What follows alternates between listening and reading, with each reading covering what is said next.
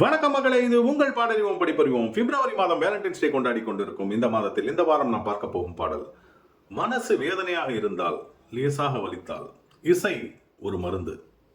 மனசு ஒரு மாதிரியாக இருந்தால் இளையராஜாவே அதற்கு மருந்து.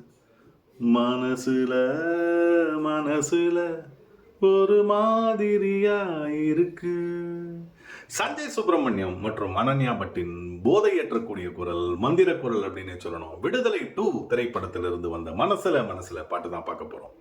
நான் ஏற்கனவே சொல்லியிருக்கேன், விடுதலை 1 பற்றி பேசுறப்பையும் சரி, விடுதலை 2ல பேசுறப்பையும் சரி, அதாவது எப்பப்பெல்லாம் வந்து திரையிசை வந்து தன்னுடைய அந்த ஒரு பொலிவை இழந்து சப்தத்தை அலறலாக கொடுக்கிறதோ, காதுகள் எல்லாம் புண்ணாகி போகிறதோ, அப்பொழுதெல்லாம் இசைஞானி இளையராஜா நிச்சயமாக ஒரு அற்புதமான ஒரு மெலடியை கொடுத்து, ஒரு தேன் போல பாடல்களை கொடுத்து அதிலிருந்து நமக்கு விடுதலை கொடுப்பார் அப்படின்னு. விடுதலை 1 மற்றும் 2ல இசைஞானி வந்து ஒரு மிகப்பெரிய ஒரு முதுகெலும்பு அப்படின்னே சொல்லி ஆகணும். அந்த அளவுக்கு வந்து பாடல்கள் ரொம்ப பிரமாதமாக இருந்தது. முதலாம் பாகத்தையும் சரி, இரண்டாம் பாகத்திலும் சரி. இந்த விடுதலை திரைப்படத்தை பற்றி நம்ம ஏற்கனவே வந்து தினமும் அனுப்பு இந்த பாட்டில் வந்து நம்ம நிறையா பேசிட்டோம். அதனால வந்து டைரெக்டாக வந்து நம்ம இதுக்கே போயிடலாம், பாடலுக்கே போயிடலாம்.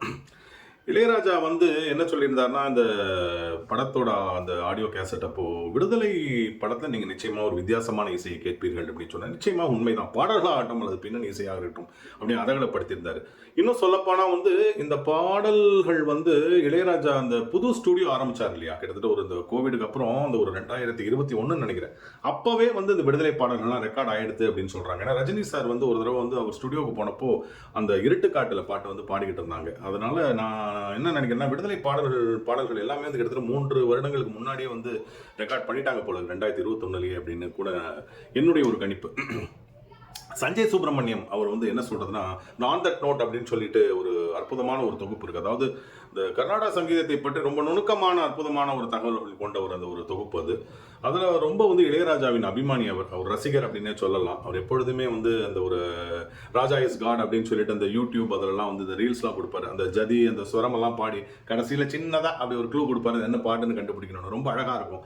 அவருக்கு வந்து திரைப்படத்தை பாடணும் அப்படிங்கிற ஒரு எண்ணமெல்லாம் கிடையவே கிடையாது. கர்நாடகத்தில் சங்கீதத்தில் மிகப்பெரிய ஒரு ஜாம்பவான் அவர். எத்தனையோ வந்து ஒரு இதெல்லாம் அலசி ஆராய்வார். அந்த அளவுக்கு ஒரு அற்புதமான ஒரு அறிவு உள்ளவர் அந்த கர்நாடிக் மியூசிக்கில்.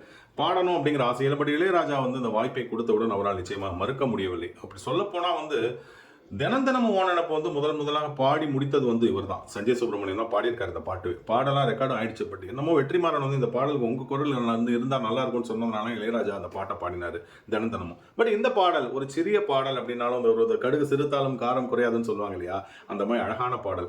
அனன்யா பட் எப்படின்னா வந்து கொடுத்து வைத்தவர்கள். அதில் வந்து ஜம் ஜம் ஜம்னு 2 பாட்டு அவங்க தான், பார்ட் 1 அவங்க தான், வடிநடுக காட்டுமொழியாக இருக்கட்டும், உன்னோடு நடந்தாவா இருக்கட்டும், இதில் அப்படி தான் தினமும் அவங்க தான், மனசில் அவங்க தான் ஆஸ்தான ஒரு பாடகி ஆயிட்டாங்க அப்படின்னே சொல்லி ஆகணும். அனன்யா பட் பாடலை எழுதியவர் வந்து திரு இசைஞானி இளையராஜா தான். ரொம்ப அழகா வந்து ஒரு சாதாரண ஒரு அழகான ஒரு காதல் பாடல், அற்புதமாக ஒரு இந்த வரிகள்லாம் போட்டு ரொம்ப கஷ்டம்லாம் இல்லாம ரொம்ப அழகா கொடுத்திருந்தார். அவரோட மாஸ்டர் ஸ்ட்ரோக் என்னன்னா, இந்த பாட்டை பொறுத்த வரைக்கும் தனனனனனனா தானனனா தானனனா தானனனா, அது எப்படி அந்த நெளிவு சுழிவோடு அந்த மயக்கத்தை கொண்டு வந்தார்னு தெரியல. அதுதான் ராஜா அப்படின்னு சொல்றது. எவ்வளவு அற்புதமா அந்த விஜய் சேதுபதிக்காக இருக்கட்டும், இல்லை வந்து மஞ்சு வாரியா இருக்கு, சூர்யா இருக்கட்டும், வெற்றிமாறனா இருக்கட்டும், இளையராஜாவா இருக்கட்டும், ஒரு ஒரு ஒரு என்ன சொல்றது, திரை உலகத்தில் இசை உலகத்தில் ஒரு புதிய ஒரு சகாப்தம் அப்படின்னு சொல்லணும். விடுதலை படமா இருக்கட்டும், இல்லை பாடல்களாக இருக்கட்டும், இல்லை ரீரெக்கார்டிங்காக இருக்கட்டும், எல்லாமே வந்து ரொம்ப சிறப்பாக இருந்தது அப்படின்னு சொல்லி ஆகணும். இந்த குரல்களில் வந்து இவங்க ஆரம்பிக்கிறதெல்லாம் இருக்கு பாருங்க, மனசுல அப்படி ஆரம்பிப்பாரு, அந்த கருவெல்லாம் போட்டு ரொம்ப அழகா என்ஜாய் பண்ணி ஜாலியா பாடக்கூடிய ஒரு பாடல் இது. அந்த மாதிரி வந்து இசைஞானியால் மட்டும்தான் முடியும் இந்த மாதிரி சில சாதனைகள். அத்திப்பூ பூக்கிற மாதிரி அழகான பாடல்களை கொடுப்பதற்கு இசைஞானி மட்டும்தான் இருக்கிறார் என்பதற்கு ஐயமே கிடையாது அப்படின்னே சொல்லி ஆகணும். என்ன சொல்றது, பாடறிவோம் படிப்பறிவோம்ல இந்த பாட்டு கற்றுக் கொடுக்குறோம். தனிமைக்கு துணைய தேடணுமா அப்படின்னு ஒரு வரி இருக்கு. தனிமைக்கு துணை இசை, இசைக்கு துணை பாடறிவோம் படிப்பறிவோம். இது கடவுள் அமைத்த மேடை. நன்றி மக்களே.